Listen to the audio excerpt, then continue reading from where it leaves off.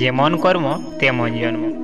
কোন কর্ম করলে হয় ছুঁচো রূপে জন্ম, কোন কর্ম করলে হয় গাধা রূপে জন্ম, কোন পাপ করলে হয় গর্ভে মৃত্যু।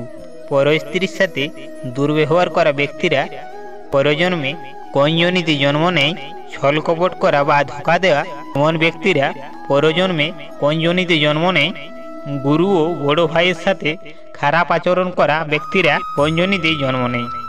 বন্ধুরা, এমনই 21 রকমের কর্ম এবং তার ভিত্তিতে হওয়া পরজন্মের ব্যাপারে আজকের এই ভিডিওতে আমরা আলোচনা করব। বন্ধুরা, এই রকমই প্রশ্ন যদি আপনার মনেও রয়ে থাকে তবে আপনি সঠিক ভিডিওতে ক্লিক করেছেন, কারণ এই সব প্রশ্নের উত্তর আপনি এই ভিডিওতে পেয়ে যাবেন। তাই ভিডিওটি শেষ অবধি দেখুন, কারণ এই ভিডিওটি থেকে ঘোর কলিযুগের মানুষ অনেক কিছুই শিখতে পারবে। তাই আপনি যদি আমার এই ডিএন চ্যানেলে নতুন হয়ে থাকেন তবে চ্যানেলটি অবশ্যই সাবস্ক্রাইব করে দেবেন আরও নতুন নতুন ভিডিও পেতে।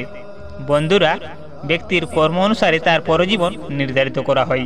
গীতায় লেখা রয়েছে, জীব মৃত্যুর পর তার শরীর নষ্ট হয়, কিন্তু আত্মা কখনোই মরে না। আত্মা পুরনো শরীর ছেড়ে নতুন শরীরে ধারণ করে। গরুড় পুরাণে মোট 84 লক্ষ জন্মের বিষয়ে নির্ধারিত করা হয়েছে। তার মধ্যে সর্বশ্রেষ্ঠ জন্ম হল মানুষ জন্ম।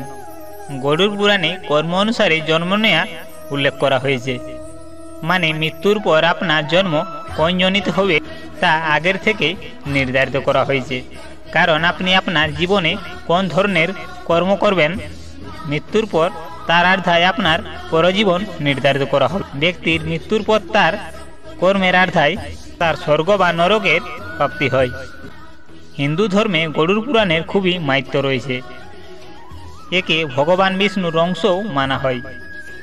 আপনাদের বলে দিই, গরুড়দেব ভগবান বিষ্ণুর বাহন ছিলেন। গরুড় পুরাণে ভগবান শ্রীহরি বলেছেন, এক ব্যক্তিকে তার জীবনে কোন ধরনের কর্ম করতে হবে যার ফলে সে সব সময় সফলতা অর্জন করতে পারবে আর মৃত্যুর পর মুক্তিও পেয়ে যাবে।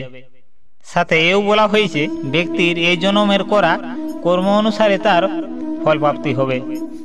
তাহলে চলুন জেনে নেওয়া যাক কোন কর্ম করলে কোন রূপে জন্ম নিতে হয়। মহিলাদের সাথে দুর্ব্যবহার করা।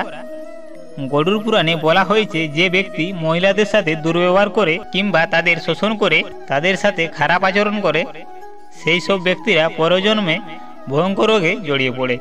যে ব্যক্তি গুরু পত্নীর সাথে খারাপ আচরণ করে সে পরজন্মে কুষ্ঠ রোগের ভাগী বনে।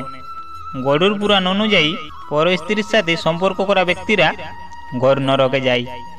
সেখানে গিয়ে প্রথমে তাকে শিয়াল রূপে জন্ম নিতে হয়, তারপর কুকুর, তারপর শকুন, তারপর সাপ, তারপর কুমির, তারপর কাক এবং শেষে বগের যোনি প্রাপ্তি হয়।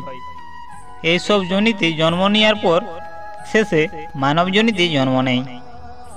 সাথে এও বলা আছে, বড় ভাইকে অপমান করা ব্যক্তিদের পরজন্মে কাঞ্চা নামক পাখি রূপে জন্ম নিতে হয়। শুধু তাই নয়, 10 বছর ধরে তাকে সেই যোনিতেই থাকতে হয়, তারপর তার মানব শরীর প্রাপ্তি হয়। ধোকা দেওয়া বা ছল কপট করা ব্যক্তিদের পরজন্মে পেঁচা রূপে জন্ম নিতে হয়। বন্ধুরা, আশা করি ভিডিওটি ভালো লেগেছে। আজ এই পর্যন্তই, বাকি কথা পার্ট 2-তে দেওয়া হবে। হরে কৃষ্ণা।